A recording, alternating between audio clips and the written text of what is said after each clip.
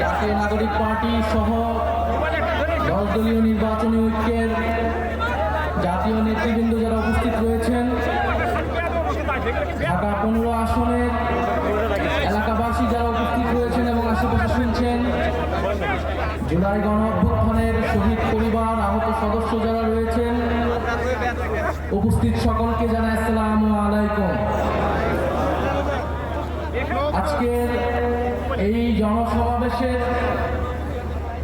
ঢাকা 15 আসনে আজকের এই আয়োজনের আমাদের প্রধান অতিথি, প্রধান আকর্ষণ, যাকে ঘিরে আজকের এই জনসমাবেশ, ডক্টর শফিকুর রহমান।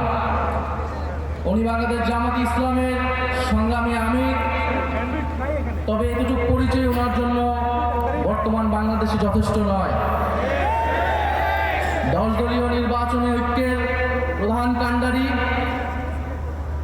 ফ্যাসিবাদ বিরোধী লড়াইয়ের অন্যতম বীর সেনাপতি, যিনি এই বাংলার মাটিতে দাঁড়িয়ে নির্যাতিত হয়েছেন, ফ্যাসিবাদের বিরুদ্ধে লড়াই করে গিয়েছেন, কারাবরণ করেছেন, মজলুম জননেতা হিসেবে আত্মপ্রকাশ করেছেন। আমাদের সবার সৌভাগ্য ঢাকা 15 আসন থেকে উনি নির্বাচনে দাঁড়াচ্ছেন এবং আজকে আনুষ্ঠানিকভাবে নির্বাচনের প্রচারণা শুরু হলো।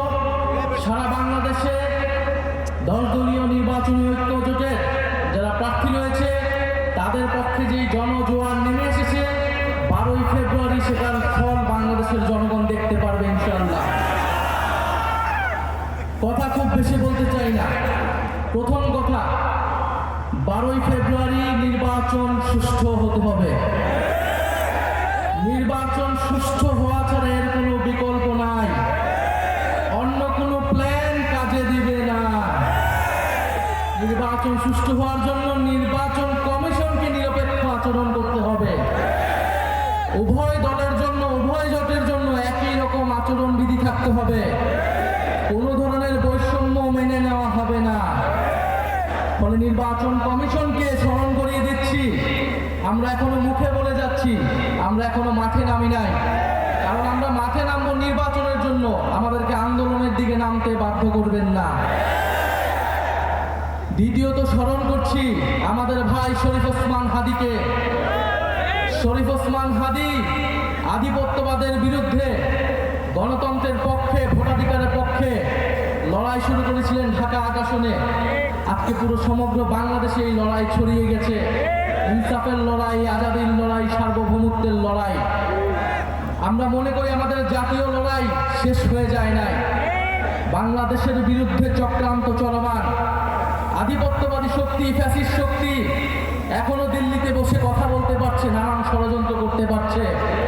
ফলে আমাদের এই জাতীয় লড়াই আধিপত্যবাদের বিরুদ্ধে, ফ্যাসিবাদের বিরুদ্ধে এবং দেশের ভিতরে আমাদের দুর্নীতি এবং চাঁদাবাজ এবং বৈষম্যের বিরুদ্ধে লড়াই, এই উভয় লড়াই আমাদেরকে একসাথে চালিয়ে যেতে হবে।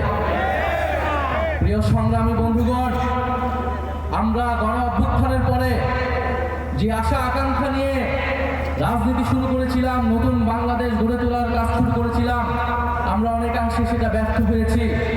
আমাদের অনেক অসমাপ্ত কাজ রয়ে গিয়েছে।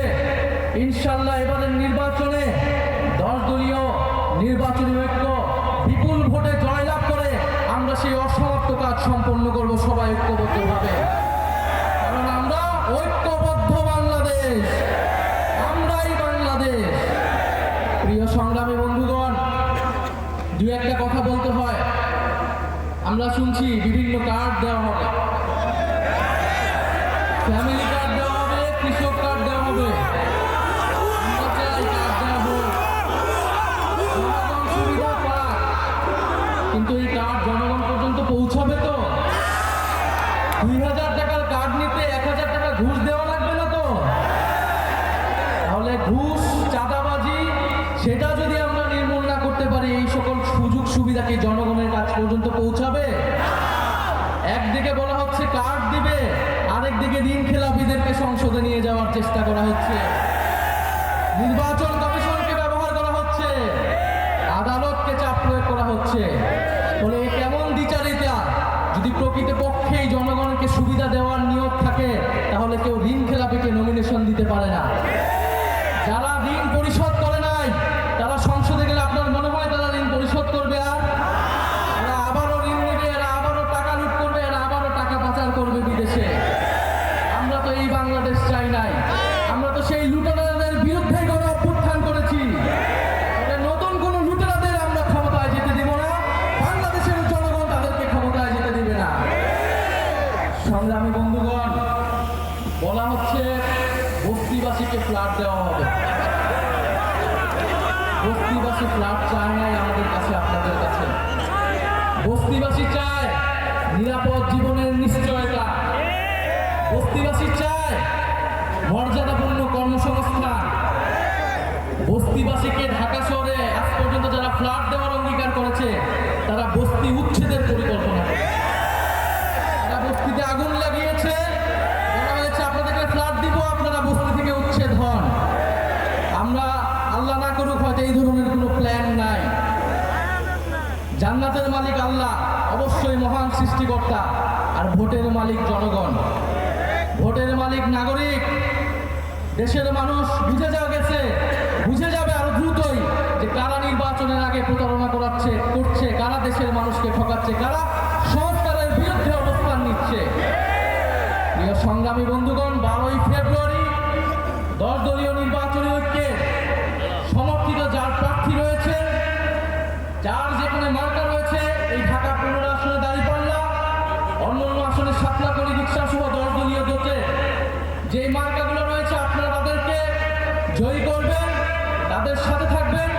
আমরা ঐক্যবদ্ধভাবে বৈষম্যের বিরুদ্ধে, দুর্নীতির বিরুদ্ধে আর ইনসাফের পক্ষে আমরা নতুন বাংলাদেশ গড়ে তুলব। শেষে যাওয়ার আগে আরেকটি কথা, এবারে নির্বাচন শুধু সরকার বদলের নির্বাচন নয়, দেশ বদলের নির্বাচন। এবারে নির্বাচন ক্ষমতা পরিবর্তনের নির্বাচন নয়, ক্ষমতার কাঠামো পরিবর্তনের নির্বাচন। বলে নির্বাচনের সাথে আরেকটা গণভোটও আছে, এটা অনেক দল ভুলে যায়, কিন্তু আমরা ভুলি না, জনগণও ভুলবে না। তাহলে গণভোটে আমরা কি দিব?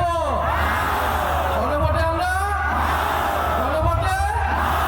পরিবারতন্ত্রকে, দুর্নীতিবাজকে, বৈষম্যকে, আধিপত্যকে, গণভোটে ইনসাফে, গণভোটে 10 দলীয় ঐক্য জোটে ইনশাআল্লাহ আমরা এবারের গণভোটে জিতবে। 10 দলীয় নির্বাচনী ঐক্য জয়লাভ করে সরকার গঠন করবে এবং বাংলাদেশকে সামনের দিকে নেতৃত্ব দিবে। ইনকিলাব জিন্দাবাদ। আসসালামু